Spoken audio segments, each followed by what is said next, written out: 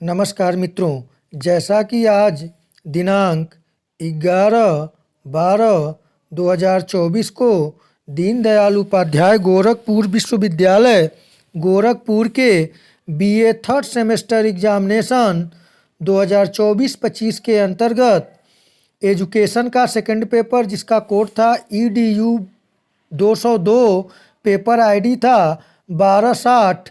आइए इसके आंसर की पर विचार करें। यदि आप चैनल पर नए हैं तो study by Virendra sir channel को लाइक, शेयर और सब्सक्राइब करना न भूलें। तो पहला प्रश्न आपके सम्मुख था।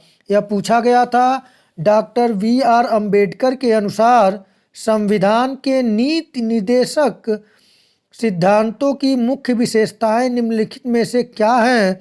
तो इस प्रश्न का सही आंसर होगा ऑप्शन सी, नोवेल फीचर यानी कि नवीन विशेषताएं। प्रश्न संख्या 2 पूछा गया था आप लोगों से, सोरोकिन ने सामाजिक गतिशीलता के कितने प्रभावों का उल्लेख किया है? तो इस प्रश्न को लेकर डाउट बना हुआ है, कहीं पे आंसर 2, कहीं पे 3। तो यहाँ पे मैं 2 के साथ जा रहा हूँ, ए ऑप्शन इसका सही मान रहा हूँ। और इन्होंने संस्कृत की 3 प्रकार बताए हैं, तो प्रभावों की बात हो रही है यहाँ पर, तो इसलिए यहाँ पे मैं 2 के साथ जा रहा हूँ, ऑप्शन ए सही होगा। तीसरा प्रश्न पूछा गया था आप लोगों से, सिख धर्म की स्थापना कब हुई? तो आप जानते हैं कि इसका सही आंसर होगा ऑप्शन बी, मुगल काल में सिख धर्म की स्थापना हुई। प्रश्न संख्या 4 पूछा गया था आप लोगों से कि निम्न में से कौन प्रजातियों का प्रकार नहीं है? तो यहाँ पर सही आंसर होगा आपका चौथे प्रश्न का ऑप्शन डी, वायराइड। यह प्रजाति नहीं है, बाकी काकेसाइड, मंगोलाइड, निग्राइड ये मानव प्रजातियों के भेद हैं। आइए अगले प्रश्न को देखें। 5वां प्रश्न आप लोगों से पूछा गया था, भारतीय बहुलवादी समाज में सामाजिक विज्ञान की पाठ्यपुस्तकें होनी चाहिए जो। तो इस प्रश्न का जो सही आंसर यहाँ पे 5वें का होगा वो भी डी ऑप्शन होगा। यहाँ पे सभी धर्मों और सामाजिक समूहों को शामिल और उनका प्रतिनिधित्व करें, जिससे कि भारतीय बहुलवादी समाज में सामाजिक समरसता बनी रहे। आइए अगले प्रश्न को देखें। 6 नंबर प्रश्न आप लोगों से पूछा गया था, दयानंद सरस्वती का संबंध किससे है? तो इस प्रश्न का सही आंसर होगा ऑप्शन ए, आर्य समाज से। प्रश्न संख्या 7 पूछा गया था, सामाजिक परिवर्तन होते हैं? तो इस प्रश्न का सही आंसर होगा ऑप्शन सी, ए और बी दोनों। प्रश्न संख्या 8 पूछा गया था, विश्वविद्यालय शिक्षा आयोग के प्रथम अध्यक्ष कौन थे? तो इस प्रश्न का सही आंसर होगा option B, doctor Sarvepalli Radhakrishnan. प्रश्न संख्या 9 आप लोगों को पूछा गया था कि सामाजिक परिवर्तन को प्रभावित करने के कारण हैं? तो इस प्रश्न का सही आंसर होगा ऑप्शन डी, उपरोक्त सभी। प्रश्न संख्या 10 पूछा गया था आप लोगों से, विश्वविद्यालय अनुदान आयोग UGC की स्थापना कब हुई थी? तो इस प्रश्न का सही आंसर होगा आपका ऑप्शन बी, 1953 ईस्वी में। प्रश्न संख्या 11 पूछा गया था आप लोगों से कि भारतीय संविधान में मान्यता प्राप्त भाषाओं की संख्या कितनी है? तो इस प्रश्न का सही आंसर होगा ऑप्शन सी, 22 भाषाओं को। प्रश्न संख्या 12 पूछा गया था आप लोगों से, सतत विकास लक्ष्य में कितने लक्ष्य तथा उद्देश्य हैं? तो 12 नंबर प्रश्न का सही आंसर होगा ऑप्शन बी, 17 लक्ष्य तथा 169 उद्देश्य। प्रश्न संख्या 13 पूछा गया था, किसी विद्यालय में शिक्षा की गुणवत्ता के लिए सबसे प्रमुख सूचक निम्नलिखित में से कौन सा है? तो इस प्रश्न का 13 नंबर प्रश्न का जो सही आंसर होगा वह होगा आपका ऑप्शन डी, विद्यार्थियों का संप्राप्ति स्तर। प्रश्न संख्या 14 पूछा गया था कि राज्य के नीति निर्देशक सिद्धांत निम्नलिखित में से किस अनुच्छेद के अंतर्गत आते हैं? तो इस प्रश्न का सही आंसर होगा ऑप्शन बी, 36 से 51 अनुच्छेद तक नीति निर्देशक सिद्धांत हैं। प्रश्न संख्या 15 पूछा गया था आप लोगों से कि संविधान की आत्मा नीति निर्देशक सिद्धांत तथा मौलिक अधिकार है, यह किसके द्वारा कहा गया? तो इस प्रश्न का सही आंसर जो होगा वह होगा ऑप्शन ए, ग्रैनविले ऑस्टिन। प्रश्न संख्या 16 पूछा गया था आप लोगों से, लोक अदालत की शुरुआत निम्नलिखित में से किसके उन्नयन के लिए की गई? तो 16 नंबर प्रश्न का जो सही आंसर होगा वह होगा ऑप्शन बी, समान न्याय। प्रश्न संख्या 17 जो पूछा गया था, नीति निर्देशक सिद्धांत हैं, तो यहाँ पे 17 नंबर प्रश्न का जो सही आंसर होगा वह होगा ऑप्शन बी, न्याय विहीन संगत। प्रश्न संख्या 18 पूछा गया था आप लोगों से, शिक्षा का मौलिक अधिकारों के वर्ग में किस भाग में आता है? तो यहाँ पे जो सही आंसर 18 का होगा ऑप्शन सी, स्वतंत्रता के अधिकार। प्रश्न संख्या 19 पूछा गया था आप लोगों से, भारतीय संविधान का कौन सा अनुच्छेद समानता के अधिकार का आश्वासन देता है? तो इस प्रश्न का सही आंसर जो होगा वह होगा ऑप्शन ए, अनुच्छेद 14। प्रश्न संख्या 20 पूछा गया था आप लोगों से, निम्नलिखित में से कौन सा अनुच्छेद शिक्षा के अधिकार को मौलिक अधिकार बनाता है?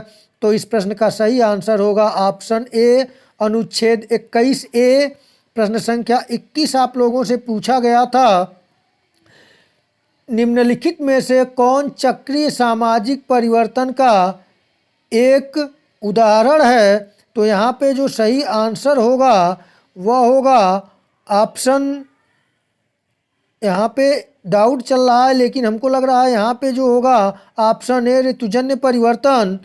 प्रश्न संख्या 22 पूछा गया था आप लोगों से, विद्यालय एक सामाजिक संस्था है क्योंकि? तो यहाँ पे सही आंसर होगा ऑप्शन डी, उपरोक्त सभी। प्रश्न संख्या 23 पूछा गया था आप लोगों से, भारतीय परिप्रेक्ष्य में कौन स्तरीकरण तंत्र बंद प्रकार का है? तो इस प्रश्न का सही आंसर होगा ऑप्शन डी, जाति। प्रश्न संख्या 24 आप लोगों से पूछा गया था कि समाजशास्त्री राइट मिल्स किस देश से संबंधित हैं? तो इस प्रश्न का जो सही आंसर होगा वह होगा ऑप्शन बी, अमेरिका के। प्रश्न संख्या 25 पूछा गया था आप लोगों से कि बहुलवाद अथवा अनेकावाद है? तो इस प्रश्न का भी सही आंसर होगा ऑप्शन डी, उपरोक्त सभी। प्रश्न संख्या 26 पूछा गया था आप लोगों से, भारतीय संविधान में स्वतंत्रता का अधिकार किस अनुच्छेद में वर्णित किया गया है? तो 26 नंबर प्रश्न का जो सही आंसर होगा ऑप्शन सी होगा, अनुच्छेद 19, यानी कि स्वतंत्रता का अधिकार अनुच्छेद 19 में है।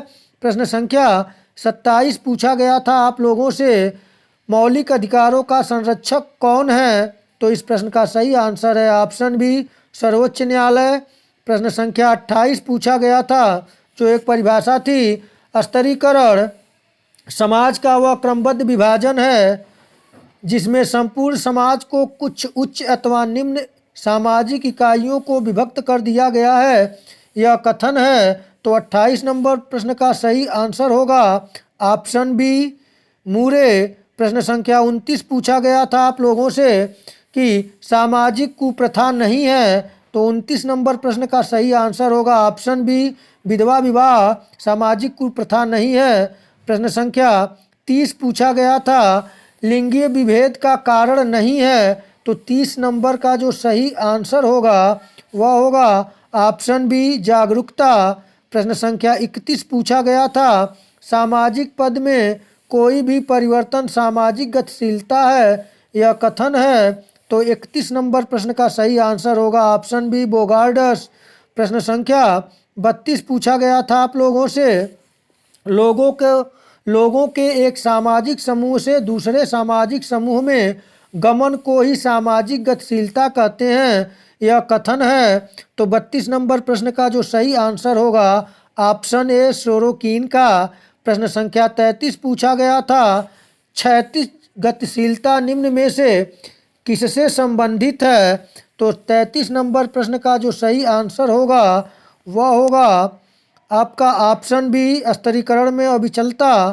प्रश्न संख्या 34 पूछा गया था आप लोगों से कि सोशल क्लास एंड स्ट्राटिफिकेशन नामक पुस्तक किसने लिखी। तो 34 नंबर प्रश्न का सही आंसर होगा ऑप्शन डी, मैक्स वेबर ने। प्रश्न संख्या 35 पूछा गया था आप लोगों से, एक सामाजिक वर्ग से दूसरे वर्ग की ओर की गति को कहते हैं। तो 35 नंबर प्रश्न का सही आंसर होगा ऑप्शन ए, सामाजिक गतिशीलता। प्रश्न संख्या 36 पूछा गया था, सहस्त्राब्दी विकास लक्ष्य की संकल्पनाएं की गई थी। तो इस प्रश्न का 36 नंबर प्रश्न का सही आंसर होगा ऑप्शन डी, ए सभी। प्रश्न संख्या 37 पूछा गया था आप लोगों से कि भारतीय संविधान के राज्य के लिए नीति निर्धारक सिद्धांत के लिए निम्नलिखित में से कौन सा विकल्प सम्मिलित नहीं किया गया है। तो यहाँ पे जो 37 नंबर प्रश्न का सही आंसर होगा वह होगा ऑप्शन बी, नेहरूवादी। प्रश्न संख्या 38 पूछा गया था आप लोगों से, भारतीय संविधान के राज्य के लिए नीति निर्धारक तत्व किस देश से लिए गए हैं। तो 38 नंबर का सही आंसर होगा ऑप्शन सी, आयरलैंड से। प्रश्न संख्या 39 पूछा गया था आप लोगों से कि राज्य नीति के निर्देशक तत्वों का उद्देश्य है। तो यहाँ पर 39 नंबर का जो सही आंसर होगा वह होगा आपका option B. Option B 39 number का होगा कि लोक कल्याणकारी राज्य की स्थापना करना। प्रश्न संख्या 40 आप लोगों से पूछा गया था, शिक्षा वह प्रक्रिया है जिसके द्वारा बालक की आंतरिक शक्तियों को बाहर की ओर प्रकट करता है, यह कथन है। तो 40 नंबर प्रश्न का सही आंसर होगा ऑप्शन बी, फ्रॉवेल।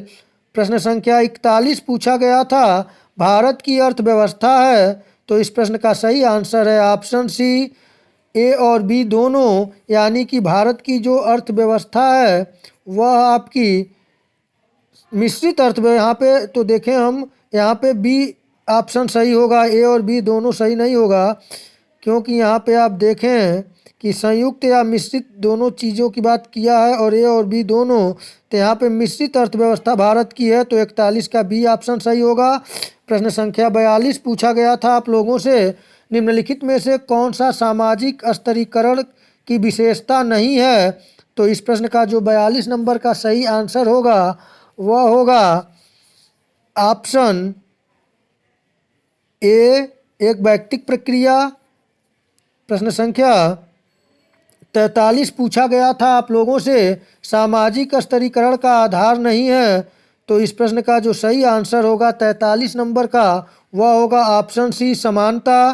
प्रश्न संख्या 44 पूछा गया था आप लोगों से, संविधान के कौन से भाग में नीति निर्देशक तत्व का वर्णन है। तो इस प्रश्न का सही आंसर होगा ऑप्शन सी, चौथे। आइए अगले प्रश्न को देखें। प्रश्न संख्या 45 आप लोगों से पूछा गया था, निम्नलिखित में से कौन सा सतत विकास लक्ष्य गुणवत्तापूर्ण शिक्षा की बात करता है। तो आपका 45 नंबर प्रश्न का सही आंसर होगा ऑप्शन बी, लक्ष्य 4। प्रश्न संख्या 46 पूछा गया था, सतत विकास की पहल किस सन में हुई थी। तो 46 नंबर प्रश्न का सही आंसर होगा ऑप्शन बी, 1992 में। प्रश्न संख्या 47 पूछा गया था, सतत विकास के लिए शिक्षा का संक्षिप्त रूप है। तो इस प्रश्न का जो सही आंसर होगा आपका 47 नंबर का ऑप्शन सी, ESD। प्रश्न संख्या 48 पूछा गया था आप लोगों से, निम्नलिखित में से कौन सा शैक्षिक विकास सूचक वर्तमान समय में संयुक्त राष्ट्र के द्वारा निर्मित मानव विकास सूचकांक में प्रयोग किया जाता है। तो 48 नंबर प्रश्न का सही आंसर होगा ऑप्शन सी, विद्यालय जाने के औसत वर्ष। आइए अगले प्रश्न को देखें। प्रश्न संख्या 49 आप लोगों से पूछा गया था, शिक्षा का मुख्य उद्देश्य है। तो इस प्रश्न का सही आंसर होगा ऑप्शन सी, व्यक्तित्व विकास। प्रश्न संख्या 50 और अंतिम प्रश्न पूछा गया था कि निम्नलिखित में से कौन सी समस्या सहस्त्राब्दी विकास लक्ष्य के अंतर्गत नहीं की जाती है। तो इस प्रश्न का सही आंसर होगा ऑप्शन बी, पर्यावरणीय सततता। तो मित्रों, इस प्रकार से आज ये 50 प्रश्न जो थे आपके EDU 202 के मैं यथासंभव सही और सटीक आंसर की जारी किया हूँ। यदि एक दो में त्रुटियाँ हों तो आप कमेंट के माध्यम से सूचित करेंगे। आप लोगों का पेपर बहुत अच्छा हुआ हो, आप लोग अपने अगले पेपर की तैयारी करें, आप अच्छे अंकों से उत्तीर्ण हों, इसी शुभकामनाओं के साथ नमस्कार।